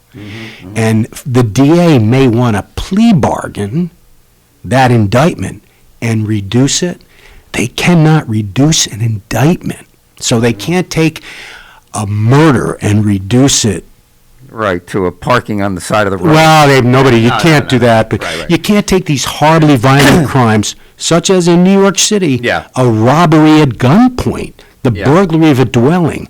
Once it's indicted, you cannot reduce it without the judge's agreement. Well, okay. You can get around. Simple assault. One can get around that. Yeah. If the defense attorney and the DA get together, and this used to happen to me because people got fair hearings and fair trials, but my sentences on violent crimes were tough. Yeah, as they should. The two of them want to avoid what the county judge does. Before indictment, they can get together and agree, look, this may be a burglary in the first degree where somebody enters a home on a case I recently had with the appellate division with a crossbow firing an arrow into the living room, lodging in a wall. Oh, jeez. And they may want to prosecute it as a burglary in the third degree, which is a nonviolent crime, which means the person missed and can get something low. So you mentioned appellate. So let's just continue a little bit on the hierarchical side of this. Just quickly. If the defense attorney and the DA get together and they say, well, let's prosecute this as a burglary third, a nonviolent crime that you face little, if any, incarceration, they file in front of the county court judge a superior court information, which is the same thing as an indictment, except the judge has no say in what the crime is that's being prosecuted. So out of the roughly, when I was on the bench for that 10 years, out of the roughly 1,500 to 1,800 felonies a year, about 200 to 300, depending upon the year, felonies were filed. The greatest percentage of them were superior court informations, which means no indictment. I have no say over the charges. It used to drive me batty. Bonkers. Yeah. So, somebody goes, they get an indictment or a superior court information gets in front of you. They can plead guilty. They can also go to trial. And what happens then is, by indictment or superior court information, you go in front of the judge in chambers. Public is not present.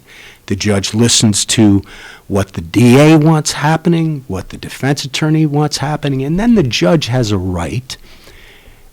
They don't have to do this, but they have a right to say, look, plead guilty. The DA is recommending 2 years or probation. The DA tells me that the victims do not want to testify. They had to have enough trauma. We believe that this defendant doesn't have an extensive history. We'd like you to give this sentence. The judge then can say, plead guilty. This is the sentence I will impose. Or you can say, no, there are certain cases just have to be tried. Now, you can't do it. You can't try 300 cases a year. I had more jury trials than anyone in the entire 3rd District, from Albany to Sullivan County. Yeah, interesting. But you can't try. I wish every case could be tried. You don't. It's physically impossible. Logistics are so impossible. You do have to. The judge, in order to get the cases moving on time, has to plea bargain. After that, either by plea or by trial, every defendant has a right to appeal to an appellate division. Now, county court handles all of the crimes. Supreme Court of New York State is the lowest of all courts, same level as county court. Yes, I don't understand. They handle divorce. They should call it something different. Else. Yeah. They handle divorce cases, accident cases, very serious cases, but not crimes. They do not handle crimes. Supreme is kind of like, because of maybe the Sure, the we think federal Supreme Court of government. the U.S. is the highest. No, out of the trial jurisdiction cases outside of town courts, they're the lowest court, along with county court. We're the lowest superior court. If there is a conviction, either by plea or by trial, the defendant has a right to appeal that conviction to a higher court. It's Not the called, Supreme Court, it's going to be... It's the appellate division of the Supreme Court. Okay. But it's known as the appellate division. There are 4 appellate divisions. They do not do any trials. They do not meet victims. They do not meet defendants. It's all case review. It's all documents. lawyers arguing in front of them and looking at cold records and transcripts. Gotcha. They don't deal with people. They don't deal with victims. They don't deal with defendants. They look and they try to determine whether the district attorney did something that did not follow the rules of law or the Constitution, or the judge did something that did not follow the rules. Virtually every case, whether the individual entered into a plea bargain or whether or not they went to trial, they all appeal it. Yeah. Most of them because the public defender does appeals, or they assign attorneys to do Is that almost automatic? Or? It's almost automatic. Yeah. And I'll just So their toot my own caseload has to horn. be crazy. I mean, The that- appellate the division, appellate. it's crazy, It's because gotta be- the appellate division hears crimes and hears civil cases on appeals. It's too much, honestly, it's too much for any individual to understand the complexities of all these different laws. It's too much. It's too much. And that's why there are times. I was fortunate enough that in the 10 years, and I tried, depending upon the year, between 12 to 15 to 20 cases a year, handled 300 pleas a year. Never had a trial conviction reversed in 10 years. I was very proud of that. A lot of it had to do with I had a brilliant guy, John Prizzi, working for me. The problem is there are times, and most recently, I had, I'm no longer on the bench for 2 years, but most recently I had a case where the appellate division did not reverse the case. They affirmed the appeal, saying that the defendant received a fair trial, et cetera, but they reduced my sentence. And that is where I don't think appellate courts review the law. Right. And if there's a constitutional violation, if there's a violation of prejudice to the defendant, different story. But if you're not dealing with victims, you're not dealing with defendants, and all you have is a cold record, the best individual to determine what a just sentence is, as long as it's a legal sentence, is the individual that sat during the trial, heard the defendant, heard the victims, are connected to the community, and know what are the most serious crimes, and that... that's a little bit, well, let's say very subjective, or they have to get into the judge's mind or the DA's mind, or how do you do that? Well, how does an appellate court determine what a just sentence is? Especially if they don't see the victims. Now, are those elected, the judges that are... or you must be elected to the Supreme Court. Right, which Kevin Bryant was just elected. to Supreme Court, right? And Karen Peters, for example, she was elected to the Supreme Court. Mike Kavanaugh Sr. was elected to the Supreme Court. Then the governor, it's a political appointment. The governor. Go ahead. So, and so the governor there appoints are the individuals that are judges. appointed to the appellate court that have never seen a criminal trial in their lives. That's just ridiculous. In their lives. And it's disturbing to prosecutors, defense attorneys, and judges. So it's politicized. That part is Well, politicized. I'm not saying the people that are there are unqualified. Some I do believe are unqualified to be there, But at least to generally, handle criminal cases. But you have to run. Four appellate? There are 4 appellate divisions, 1st, 2nd, 3rd, 4th department. We're in the 3rd department, that is... it's geographical? Orange County's geographical. It's Orange County, Albany County, Sullivan County, Greene County, Ulster County. Gotcha. And the governor appoints those people. They can only serve on the appellate division while they're active Supreme Court judges. Okay. Supreme Court judge's term is 14 years. Wow, that's But then the appellate division is not the highest court. The highest What's the court highest is called court? the Court of Appeals. They can review the appellate division's decisions, Oh, interesting. legal decisions. But that is typically not frequent that they review. Yeah, that's a statewide court. That's one court statewide. There are 9 judges on the, I believe it's 9, on the appellate division, 3rd Department, 9 on the Court of Appeals. I believe there are 9. Wow. Maybe it's not 9, no, it's probably 9. Yeah, the average person in the street, even above average person in the street, would have no idea of this system, this A hierarchy. prosecutor can't appeal basically anything. Right. You can't, once there's an acquittal, a judge could screw up a case on a felony, a major felony, and as long as they do not rule against the prosecution, if there's an acquittal, it's over. Yeah, wow. The prosecutor can't appeal. DAs run based on their conviction rate every 4 years. Judges run basically on how many times the appellate courts have overruled their decision.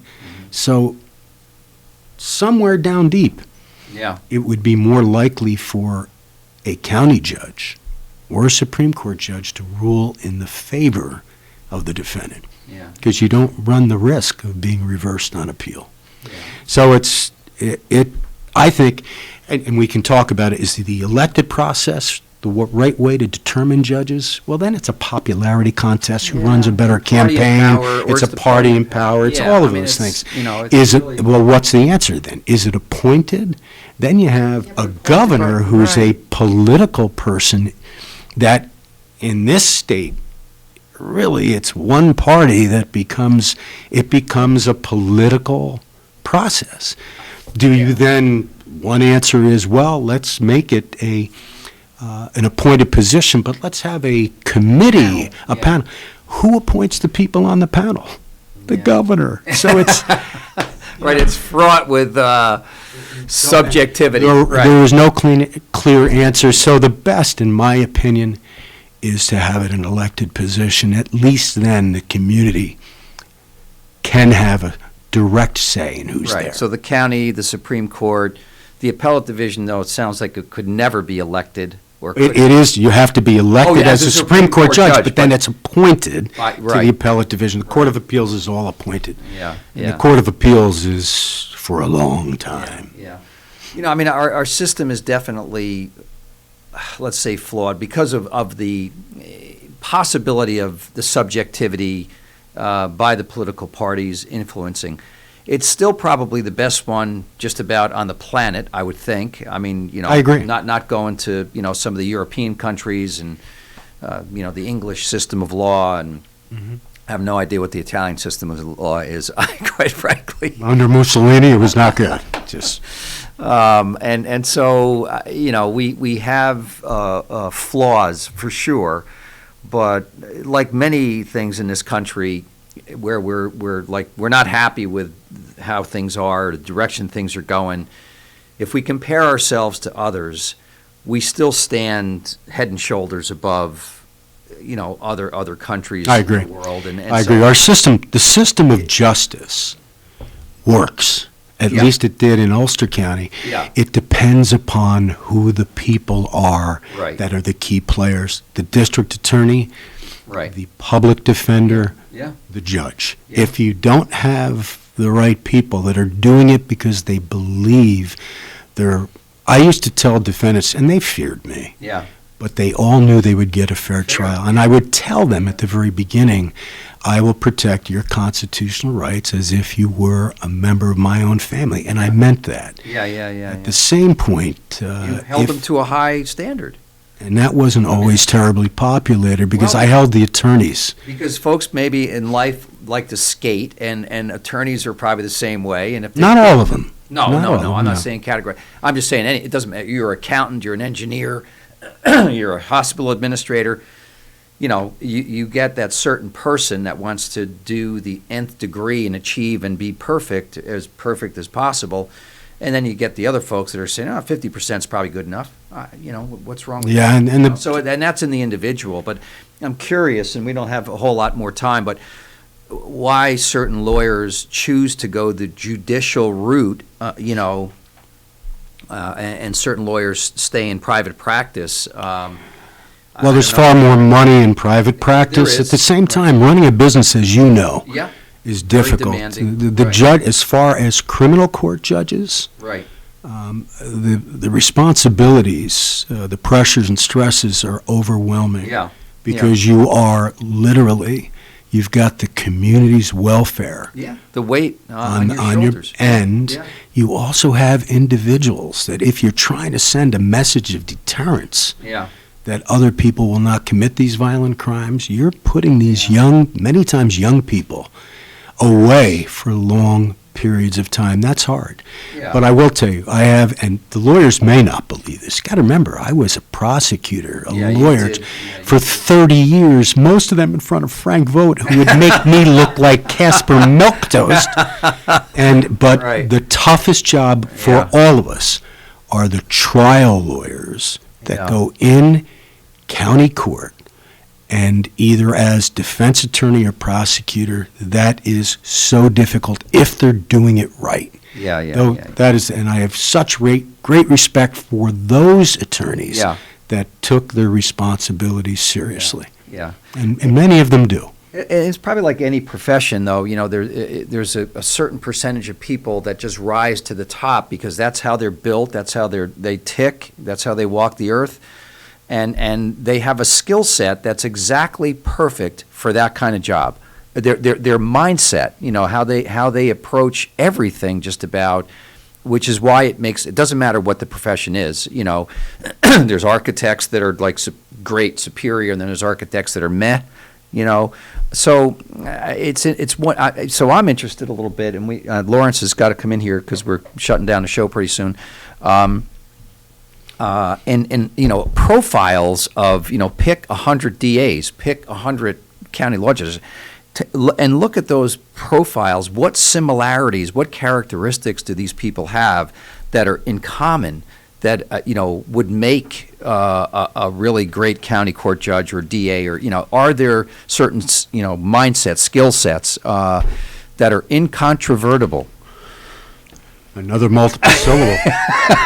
And we can talk about it sometime. Yeah, I mean, sometime if we have problems getting a guest, ask those questions. Yeah, what I'd like to do is I want to bring in young Dylan Gallagher, who was an assistant DA that appeared in front of me, and now is affiliated with Joe O'Connor. Great. Bring her on. And so Dylan is a guy, very impressive. Someone else. Sorry. And and I think ultimately he wanted to be district attorney, but some political things happened. But I'd like to get Dylan on. Yeah, that'd be cool. Where's Mike Kavanaugh? Where's Mike Kavanaugh at now? He's working, I believe, at the Department of Social Services. Is he? For the county.